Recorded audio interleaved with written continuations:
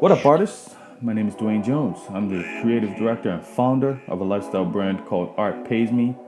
This is the Art Pays Me podcast, and I'm passionate about finding ways that people like you and me can make a living for ourselves off of our creativity. And, maybe we can make the world a better place at the same time.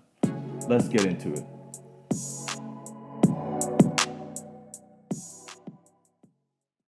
What's up, everyone? This week we have Tabitha from Tabitha Co. But before we get into the show, it feels remiss not to acknowledge what happened in Nova Scotia this past week. So for those of you who are listening from abroad, who might not have heard the story, we actually had the worst mass shooting in Canadian history. And it started in a small community called Portapique, which is about an hour and a half from Halifax, which is where I'm based. And at the time, he was taken out by the RCMP. He was actually on his way towards Halifax. So, needless to say, this was sort of terrifying, and we were locked down in our houses around this time last week.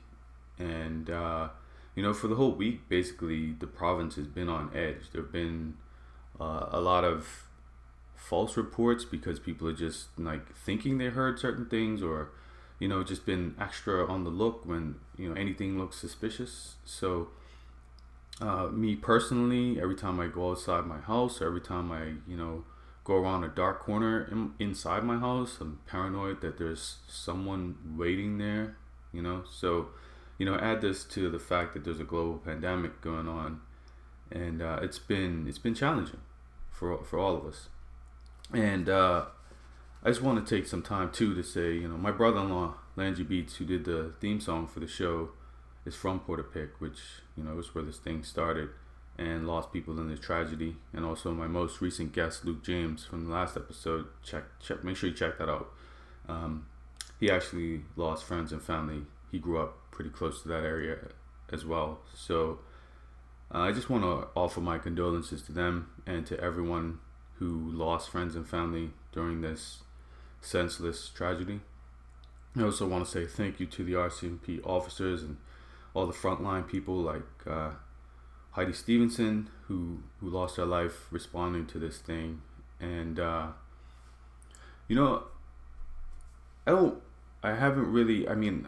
been doing some reading about stuff, and I try not to read too much because I don't want to get too sucked down into all of the drama with this, and it's just a lot to take on personally. So for my own mental health, I've only been taking it on in pieces, but from what I can gather, it seems like this thing is rooted in male fragility in a lot of ways. And male fragility is really it's destroying society, and you see it at the highest level from Trump to everyday people, that when a man feels threatened, he becomes a threat to everyone around him. And when we feel powerless, we resort to violence, and often against women. Now look, there's nothing wrong with being physically strong. I don't think there's anything wrong with that personally, and I believe in knowing how to defend yourself. I really advocate for that. I'm training my daughters in martial arts currently. I grew up doing martial arts, and I encourage my daughters to work hard. I encourage them to get strong. But I often feel like, as a person who also plays sports, when I encounter a lot of toxic masculinity on the basketball court, and I often find that we as men lack compassion, self-awareness, and empathy. And sometimes we don't understand that our physical strength, our money, other like fleeting things that we have to offer are not all that we have to offer. We're more than those things. And when we feel like we aren't, and when we only have those things and we start losing some of those things, we start to feel hopeless. And then we often revert to whatever advantage we have and try to assert our dominance. And to me, that's got to stop. Your ego does not get to determine who you do and do not have agency over. as long as we keep existing in a society where we reward people for often having to prove their power or having to prove how strong they are and how important they are, we'll continue to send this planet into the shitter. So listen to women. Men, get your heads out of your ass. Stop being so sensitive when you're getting called out online. This is the time for us to work together and do better. That's all I really got to say on that. So with love, let's get into the show. Tabitha is lovely. This was recorded before the events of last week. And honestly, I think that's perfectly fine, because I think it's nice to be able to think about something other than what happened. So, hope you enjoy. Welcome to Art Pays Me. Today we have Tabitha. And so I'll give you a little bit of a backstory. I first met Tabitha in, I think it was 2018 during Atlantic Fashion Week. And she had this big smile. She's full of energy and was introducing herself to people. And she just had this really bright energy and was very genuine. A lot of times you meet people at these events, you don't know if they're just full of it and they're trying something or whatever. But Tabitha's energy was very, very sweet. And I also got a sense that Tabitha's a hustler and Tabitha works. So I wanna know, Tabitha, tell the people what you do. Thank you for doing this. Thank you, Dwayne, for having me. I feel so honored to be a part of your podcast, and I feel the same about you. I had that same experience when I met you, and you're right. It's hard to know sometimes when you meet someone. You're just a genuine person too, I want to say. So what I do is I am the founder of Tabitha Co, and I established a company the end of February 2018, and I make mindfully made leather accessories. And I'm enjoying what I'm doing currently. And of course, like everyone, I'm finding these times challenging, but also looking for the silver lining in this time of newness. So thank you for having me. No problem. So what exactly does mindfully made mean? Oh, that's a great question, Dwayne. So I think we have to look at, as crafters or makers or producers, is how are those products made? And perhaps you have someone working for you, or are they being paid a fair wage? And what are the items that are used to make those items, or how is that food produced? And I think ensuring that the people that work for us, and I work alone currently, I do everything myself, but that you respect those individuals, you ensure that they're being paid a fair wage, and part of the process, really, embracing your employees or the people that work for you, making them part of the team, contributes to a bigger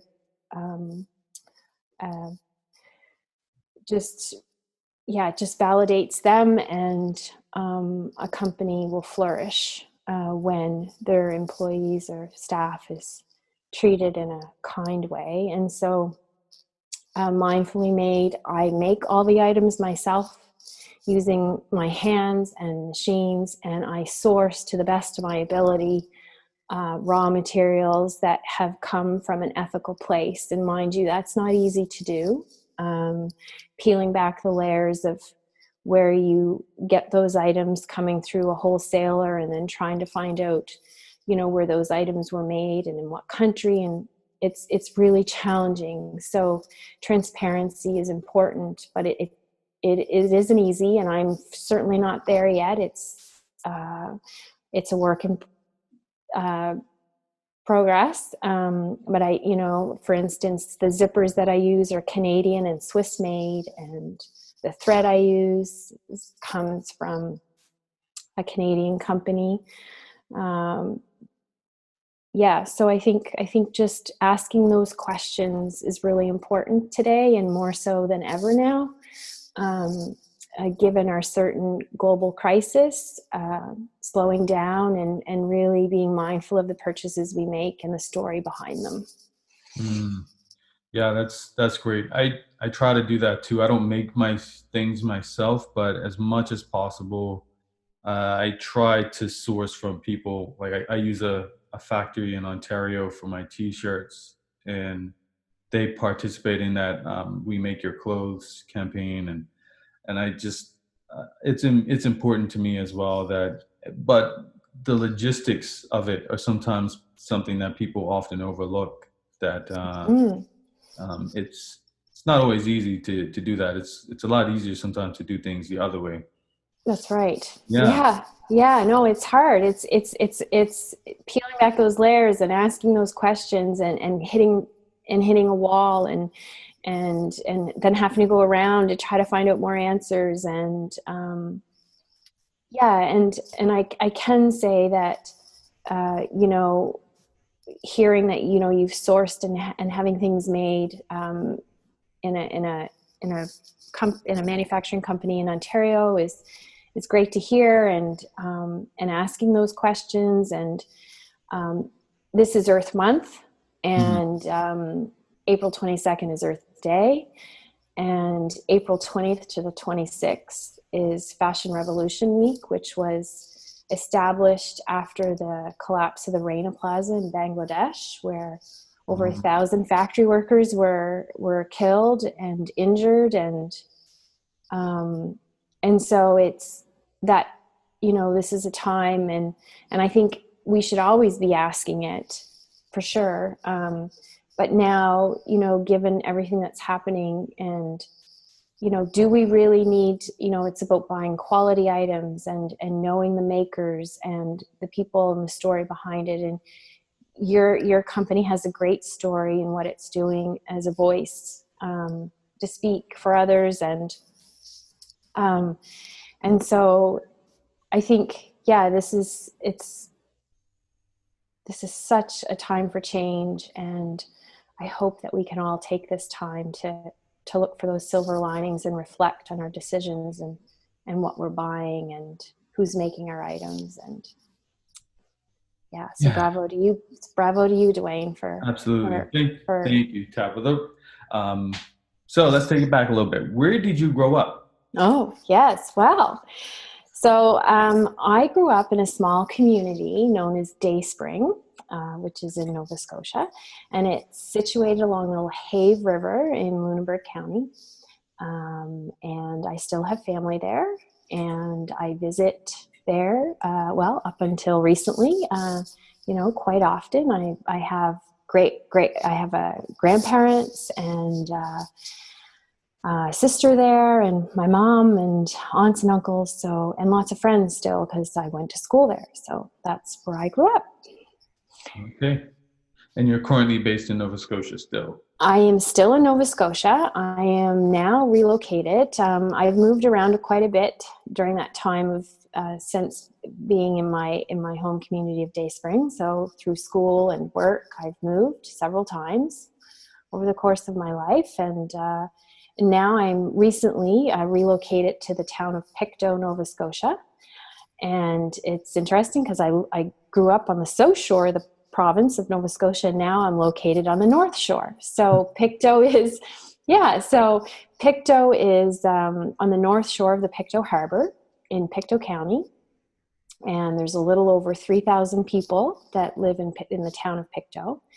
And it has a really rich history, like many communities in the province and the Maritimes. It's renowned for the birthplace of New Scotland. And it was here that the first wave of Scottish immigrants came in 1773, I believe, Mhm. on the ship Hector.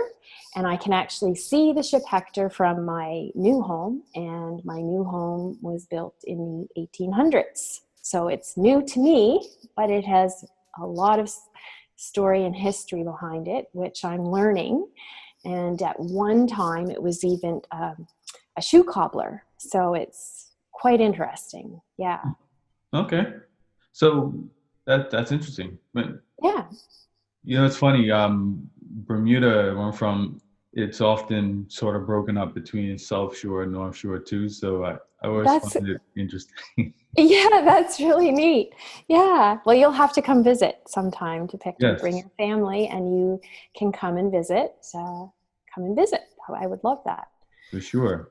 So when you were a child, did you picture yourself doing like Tabitha and Co? Um, this is a good question. I think for simplicity, I can say that I was born in the early 70s. I was born in 1970, actually. And I was provided at that time. I mean, I had the freedom to explore outdoors and with minimal supervision.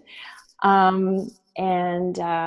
can remember waking in the morning and in the summer and hearing the birds, and I'd haul on my rubbers, and my mom would still be in bed and I'd be off gone, and just, I think that freedom afforded me the time, for my artistic, free-spirited child self to explore in nature and at home. Like I was allowed to, be in the kitchen and cook and love to draw, which you and I have in common. Hmm. And making things with my hands. So I always felt that I would be doing something creative, and using my hands. I didn't know what that would be, but as I grew and into my youth, I knew I wanted to have my own business. I wasn't sure how that would look, but I just knew it was something that it was this drive within me that I wanted to have it. And over the years, there were all these experiences that came into my life that I realize now is probably leading me to where I am now. Mm, Yeah. gotcha. So what do you love most about what you do now, would you say? Um, I think it's the freedom to be creative, Hmm. and working with my hands. And it's a shift, certainly, because I spontaneously left a career that I had where I had a paycheck, and early on from school, I studied design.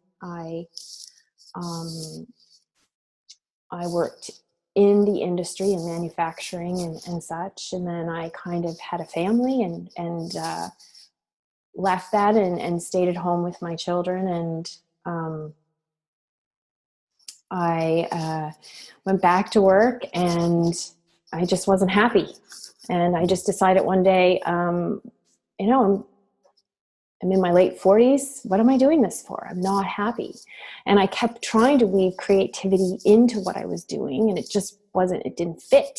It was like, so I made a change, and yeah, here I am. So Uh-huh. I'm not sure if I really answered that well enough, No, but you did. yeah, It actually yeah. makes sense because, like, when I met you, you said you were new to the industry, but you also seemed like you had a certain savvy and your stuff was very well made, and so it makes sense that you had this sort of previous experience, like before doing that. Yeah, go back to the question where you asked me about when I was a child, and if I could foresee me doing something like this. I grew up around, my mom's family is a large family, and aunts and uncles, and all using their hands, fishermen, and you know, uh, my grandmother and my great grandmother and aunts, they knit and would do like rug hooking and sewing and all those things. And I can remember wanting to learn it, like just, like a sponge. And I said, "Will you teach me how to knit?" I was really young at the time. I don't know how old I would have been. And I was handed a set of knitting needles, some yarn, and they cast some stitches and sent me on my way. And for the day, I sat on the step, and I can remember I felt so excited. I had made what looked like to me this giant scarf that would have fit a doll, but to me it was this amazing thing. and then there was another time I snuck into my mom's bedroom. She had this beautiful printed, hand printed tunic that was vibrant in color, and I had my eye on it forever. And I don't know what came over me, but one day I just took it and I cut it up and thought I was going to make my own top out of it. So I think there is always these things that just kind of, yeah. And I did go to school and I studied. I went to post-secondary. I never really never seemed to really find, where I was meant to. I didn't feel like I fit. And then I found this program that worked because I could use my hands. And I studied design, and I was hired by a company that made uniforms. Mm-hmm. They're still in business today. And I learned a lot during those 6 years with them. And again, those were skills that kind of led me to where I am. And so I did have those things, but I put it away when I had a family. It didn't exist. So my children didn't really know the history of what I had done before I was a mom. They just knew that mom could make whatever you brought. Like if you brought mom a drawing of something and you wanted it to be that for Halloween, or you needed a costume to play or something, mom could make it. Wow. Yeah. So, and then, so when you met me, yes, it was new. But yet I had some of this old experience kind of just laying away in the closet there. Just, yeah. Cool. So, yeah. So the elephant in the room, how are you holding up during COVID-19? Yeah.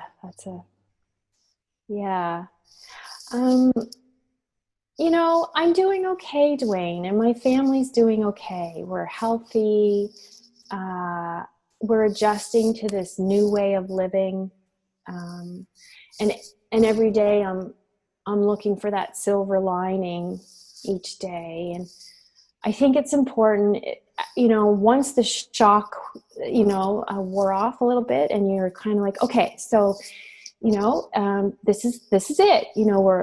Our global community is all faced with these challenges, and we just have to now look for the silver lining in each day. Let's not dwell on the things we can't control. What can we control, and what can we do differently going forward? So as for my company, it's certainly been challenging time. It's like it is for so many people. And as a craft person, I rely on those annual shows that come up in the spring and in the winter in person. And now we have to rejig, and it's time to, how do we still do those things, but in a different way?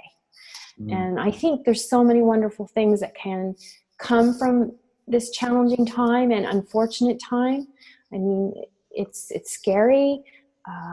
But my new hashtag has been fear is a virus. Let's not let the virus make us all afraid. Let's be supportive of one another, and together we will get through it. So, yeah. Yeah, I feel you. I think the first week or so, I was just sort of in a stupor. I didn't know. Paralyzed. Yeah.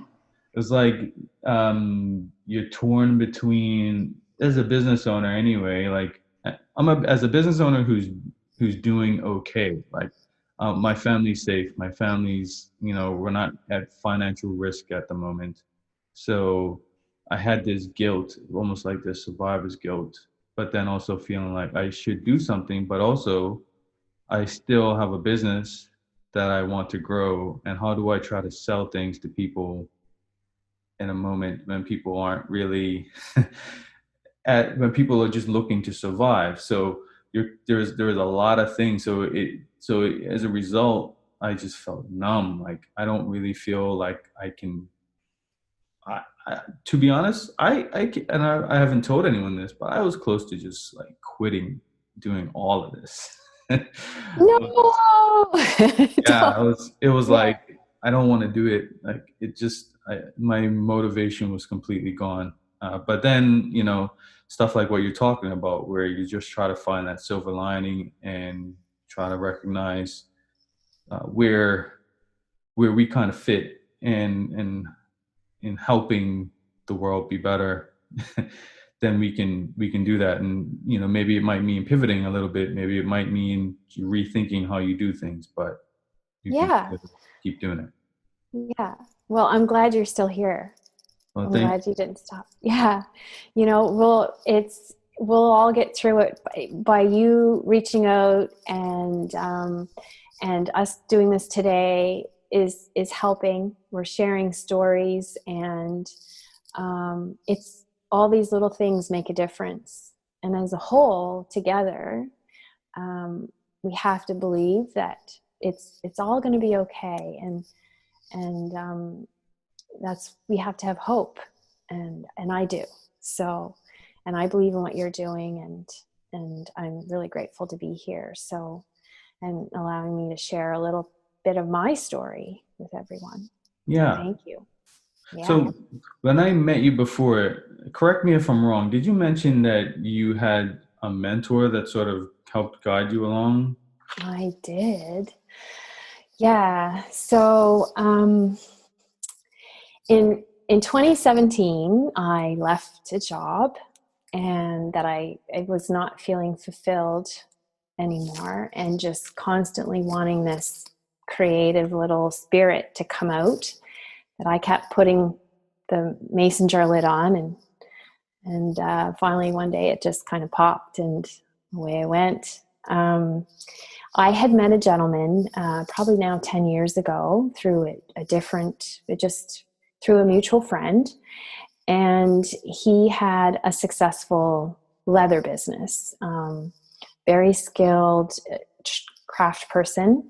And he has an interesting story too, like everyone does. We all have a story to share. And he was a social worker by trade, for the province of Ontario.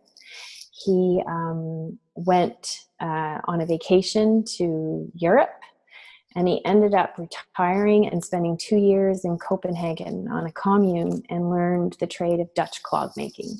Hmm. And then came back to Canada and decided to move east. He didn't know where he's going to live, and he bought property overlooking Chedabucto Bay in Guysborough County, and he started making clogs, wooden clogs with an leather upper, like a Dutch clog. They're beautiful, and I do have a pair. So, and then, as things evolved, and the more that whole fast fashion, and there was not the need for that type of item, and so he evolved, and he started making leather bags and accessories.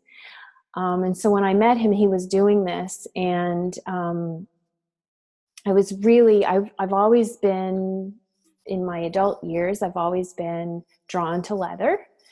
And I don't know what it was, but I ended up with my friend took me to meet him, and I spent the day there. And so then when this thing came, that I was just done with the career that I was in, and I really wanted to get back to my creative roots, I called him, and I asked if I could come for a visit. And I went, and he has his own family, but none of them were interested in learning that trade, which is really interesting too in itself, because a lot of these tradespeople that have these unique skill sets, whether it's blacksmith or glass making, the leather making, these individuals are getting older, and they have so much experience. And so I said to him, Paul, his name is Paul Marcella, and I said, and he's in his mid-80s, would you be interested in mentoring me? And he said yes. And so for 10 months, I traveled to his home. I would leave my family, and I would stay with him 2 to 3 days in that week. and I immersed myself in his world. And I would, get up early. I like to run, it's when I think, and I would go for my run, and he'd be still in bed, and I would come back, and I'd go to work in his shop until about 10, and he'd wake up, and we'd have coffee or tea together, and then we'd go to work. And it wasn't really work. I mean, you're immersed in something that you love to do. And I have the background of the industrial machines and pattern making, but working with leather is very different from fabric. And so there are skills that he's learned over time that you just can't learn in a classroom. You need to experience it. And he provided me with this opportunity. But when I went looking for support in that as a mentor and a skill and a trade, what's unfortunate is that it's not recognized as such. And so I think this is really missing for craftspeople and artists, whether you mentored by an artist, or these are skills that can be carried on and passed down, and we're losing some of that through losing these individuals through age. And so I can't, it's, if it wasn't for him, I would honestly, I don't know that I'd be here today. So I owe him a great amount. I certainly could have tried it, but without some of those encouragement, learning some of those unique skills that you might not learn in a classroom setting, or just the value in it, whether it's meeting his wholesaler or learning how to work with different leathers and materials and little tricks just over time that he's experienced. So amazing individual, and I am very grateful for that time with him, and we remain friends today. So, and I think it's exciting for him to see that it's being carried on. Yeah, that one-on-one relationship must be special. And to kind of see you flourish after all of that would be incredible. Yeah, thanks, Dwayne. Thank you. Yeah. Do you ever feel like craft just kind of gets overlooked in the creative industry? Definitely. Yeah, I do. I feel that it's undervalued by many industries. I don't know so much in the craft industry itself. I think as artists, we're all artists, right? Yeah. So I think it's more about,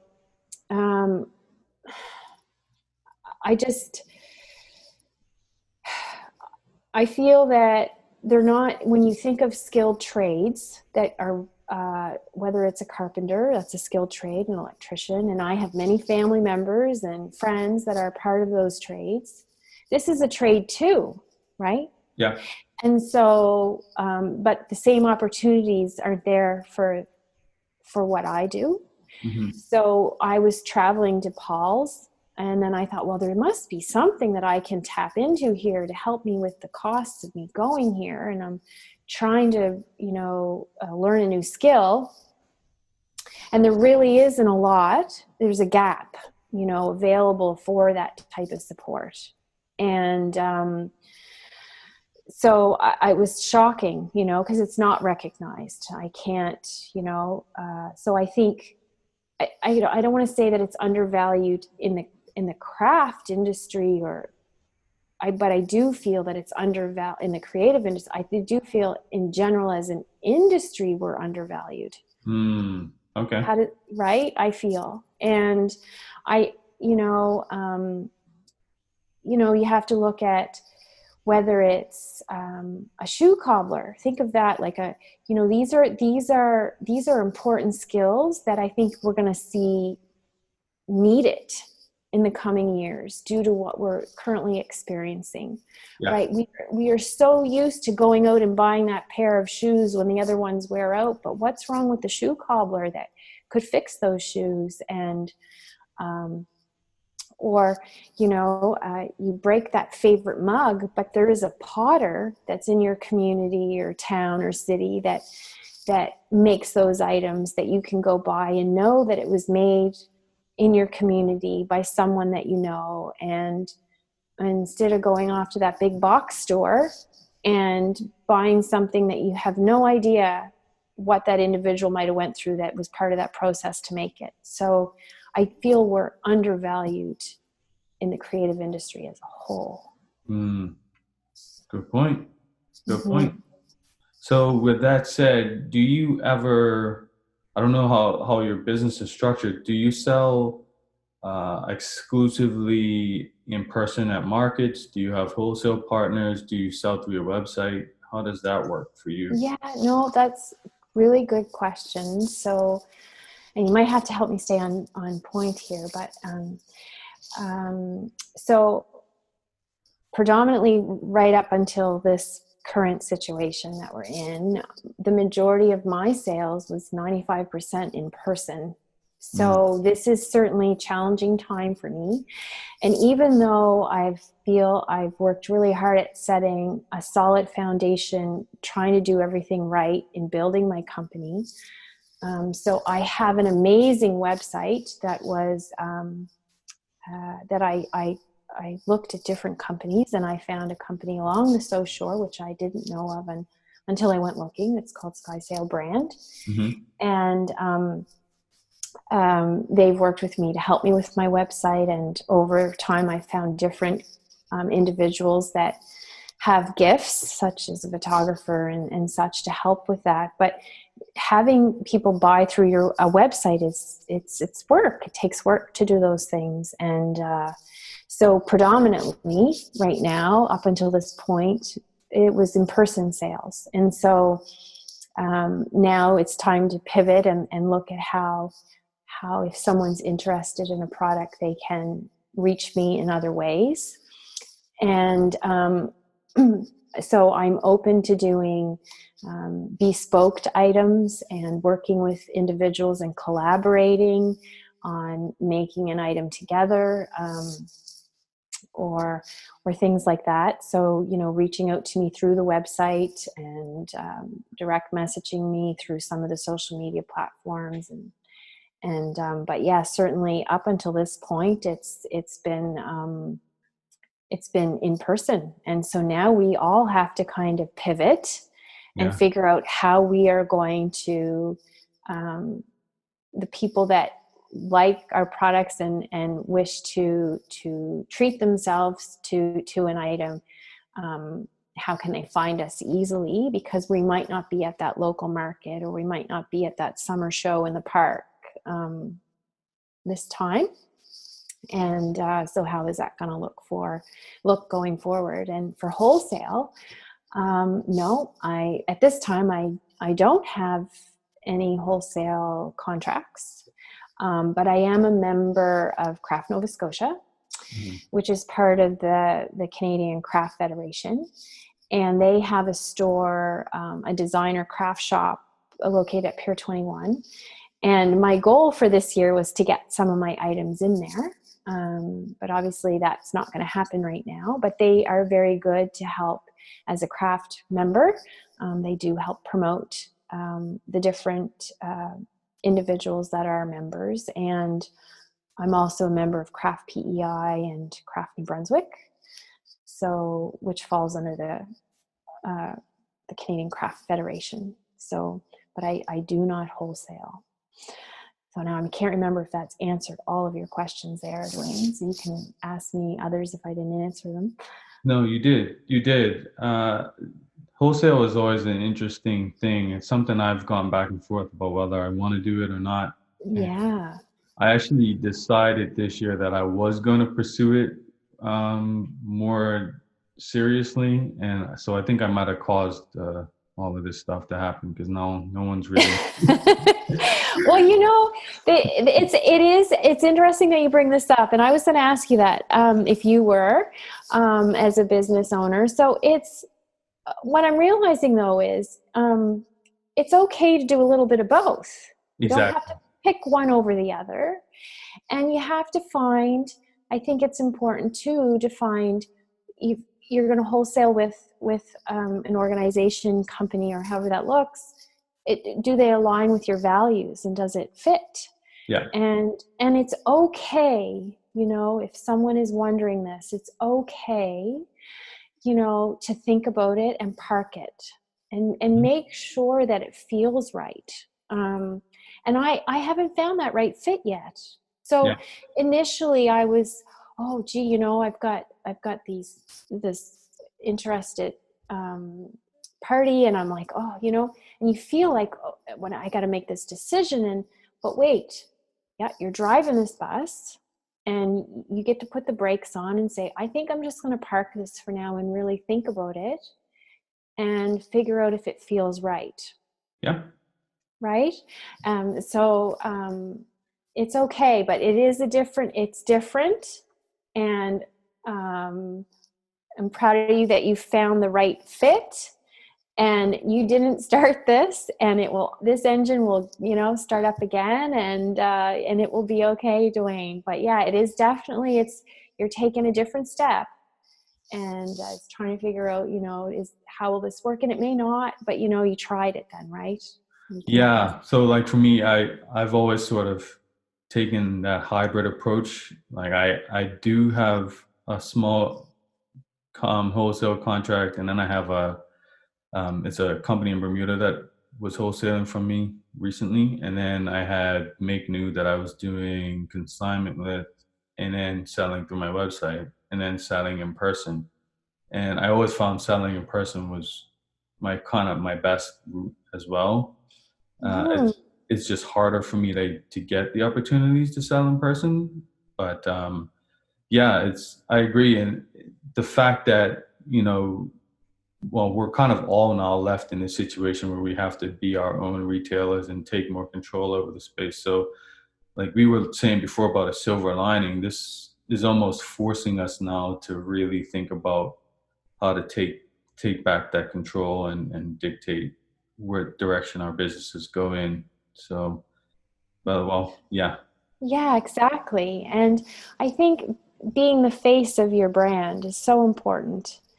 And you are such an authentic, kind person, so I can see why when you visit, or it does make a difference, because they're getting to know the person behind the Mhm. product, right? And so now we have to, as a global community, and whether it's the creative industry, how do we now still be the face, but in a different way, to reach those individuals that are curious or want to know more about what we do. And I think that you having the foresight in what you're doing with podcasts is wonderful, because this is the way to reach an audience and share stories. And it might not be a physical face, but it's a voice. And I think that's important too. So I'm willing to share whatever I can to help others, which I'm grateful for you to have me here. As I've already said, I think that, you just have to believe in yourself, and take that leap of faith, and just know that it'll be okay, and that mistakes will happen, but you just kind of roll with it. And Yeah. yeah. So speaking of people getting like to know your brand and stuff, you've picked up some pretty incredible media coverage. We were in British Vogue and British GQ. Yeah. Yeah, I know. It's a little crazy, right? Yeah. Funny. Like Right. what did that feel like? Um, well, it's really okay. So I have to say, so from your perspective, I'm not sure how your lens, how you see it, but for me, I haven't really had time to process it. I'm Hmm. still kind of processing it, but I'm working so hard at building my company and the brand, that I haven't had time to digest and really think about it. And because I'm living it, it's not maybe it's not I'm not seeing it from the same perspective as others. So I'm grateful, and it is pretty neat when you sit down and you really think about it. as someone in my youth, my first job that I had, I was, one of my things I treat myself to when I had my paycheck was a Vogue magazine. Mm-hmm.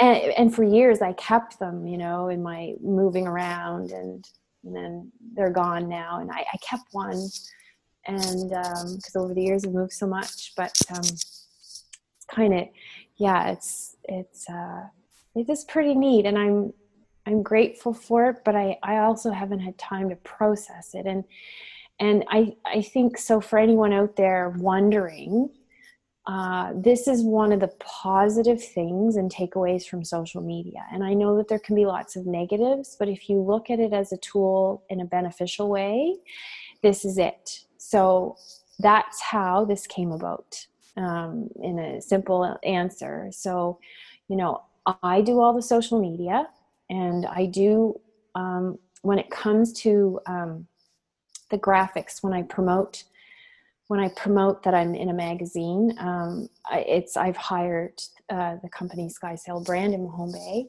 Nova Scotia, to help with that. But as far as the social media every day and the tweets or the Instagram posts, and it's me. And so this is a tool that we can all use, and we can also use it for good. And that's how I was noticed. Wow, that's cool. It was the Instagram. So that's how they found me. I asked that question because I got an email back in December or November, actually. I think it was early November. And I'm getting a lot of those emails and inquiries. And I thought, oh, this is probably not even real. And I just kind of left the email, and then I read it and took a little more time. And I felt butterflies in my stomach because is this real? And now how do I respond to this message? So the first thing I wanted to know was, how did you find me? And it was through Instagram. So, wow. So for business owners out there, social media really does work. Yeah. And now I think more than ever, we're all home, and some of us have our days filled with commitments and priorities, but some of us have time to do things we hadn't had time to do before, and one of them is being online. And so it is a way to communicate with others and to show what you do. Mm-hmm. That's cool. Like, cause yeah, every now and then, I kind of built this is sort of the second iteration of my business, I'd say. And I'd say I sort of built the second iteration of it on social media. And every now and then you question if it's worth it. And then something like that will happen that you're like, oh, this is why I do it. Right. Yeah, exactly. So it does, everyone out there, it does work. It does work. Yeah.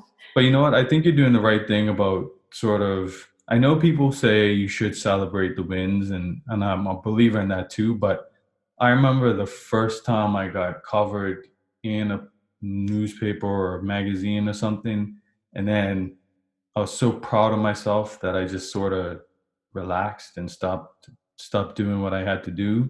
And then you're like, but you have to keep that momentum going. Like, it's almost like when you get that attention, you got to now do more work to build up off of whatever energy you might have gotten from it. You can't really relax. So No, and that's that. Yeah. So it's trying to figure out a balance, right? And um, it is a time to celebrate, but it's also, I think too, is we have followers that follow what we're doing, and you have individuals that believe in what you're doing and following. So when we celebrate, how can we also give back to the individuals that have lifted us up this whole time?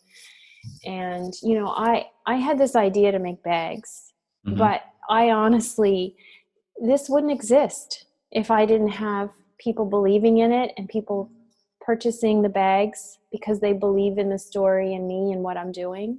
Yep. So I'm really grateful for that, because everyone can have a great idea, but if no one's supporting you and purchasing those items because they believe in you, it's not going to work. And so in celebrating these things, that was one of the things for me. I want to celebrate it, but how do I give back to the individuals that have supported me along the way? And so in the celebration of these editions, the only way I know how right now, I'm still working through it, is to give a bag away. You know? So that's what I've been doing. And now it's trying to figure out, okay, so you have all these individuals that are putting themselves out there every day to protect us so we can be at home, which, really, like, let's face it, how hard can it be? We're at home, like we're with the people we love in our comfort place. It's amazing. And then we have individuals that are going to work every day to ensure that we stay safe. So how do I now pivot, Dwayne, and do something good for others so that they feel good and are validated in what they're doing? So I'm working through that process and still trying to figure that out. But I can say that I'm so grateful for all the support I've had leading up to where I am now. And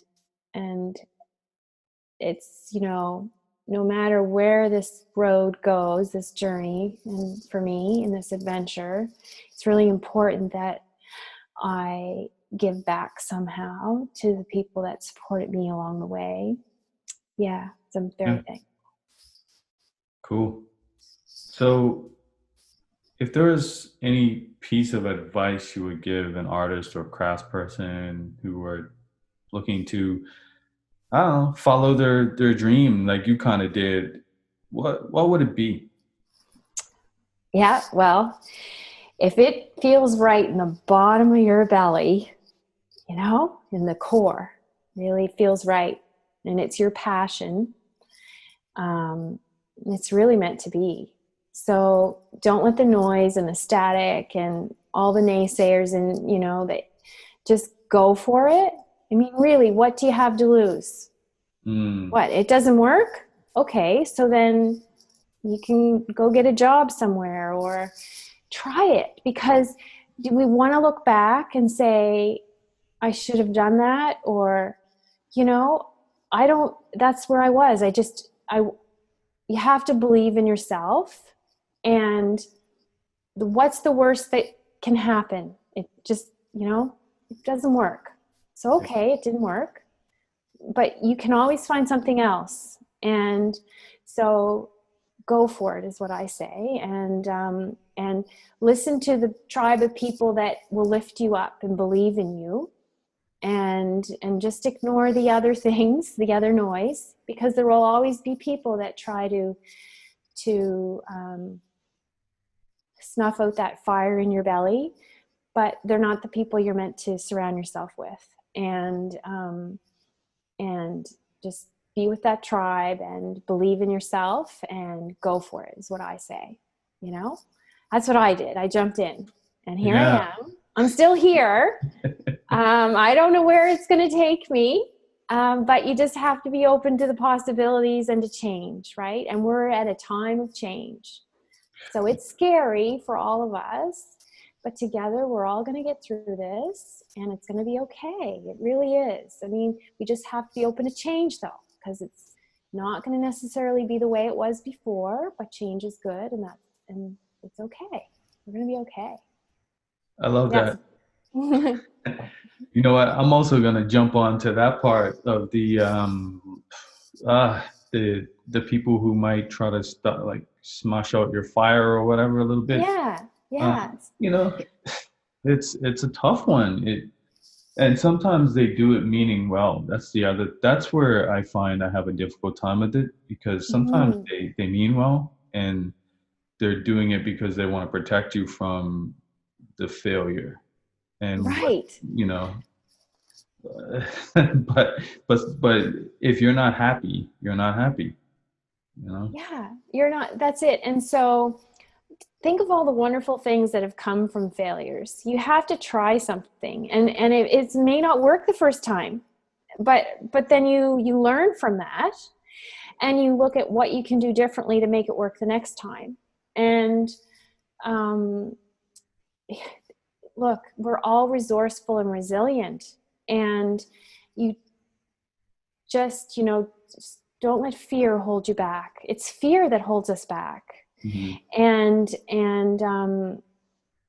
And you're right. The people that sometimes will question the decision, it's not because they don't want you to succeed. It's because they're concerned, for the outcome and you being hurt, or but it's really about allowing, spread those wings and go for it. And it's just doesn't work, something else will come along. It's kind of my philosophy. And you just try not to let that little negative seed set into your belly, and go for it. And look at you're flying, like, great brand. Art Pays Me, I love it. And we're all supporting each other as a creative community, which is beautiful. So, well, thank you, Tabitha. I'm just trying to be like you. It's all good. So, where can people find you online? So I have a website. It's tabithaco.ca. And on there you have links that you can find me on Instagram and Twitter and Facebook and Pinterest and LinkedIn. And the handle is Tabitha Company, Tabitha. And I would love for everyone to follow along on my journey. And you can direct message me if you have questions. And, over the next little while, I'm going to try to be stepping outside the box a little bit and doing things a little differently. So I would love for you to join in on Instagram or Facebook and see what I'm up to. And who knows, like, you just have to be, I don't want to say sky's the limit, but because it's really not. And if it feels right, you just continue to follow along, and I'll follow you back. All right, Tabitha, thank you very much for doing Art Pays Me. I love Art Pays Me. Thank you, Dwayne, for being a bright light. All right. Thank you so much for listening to the Art Pays Me podcast. Thank you to Langy Beats for the theme music. If you got anything out of this show, please rate, review, and subscribe on whatever platform you're listening on. The more you do this, the more reach the podcast gets, and the more artists I can help learn to make a living at what they love. If you want to know more about what I do, hit me up at artpaysme.com or at artpaysme on Instagram, Twitter, Facebook, and Pinterest. See y'all next time.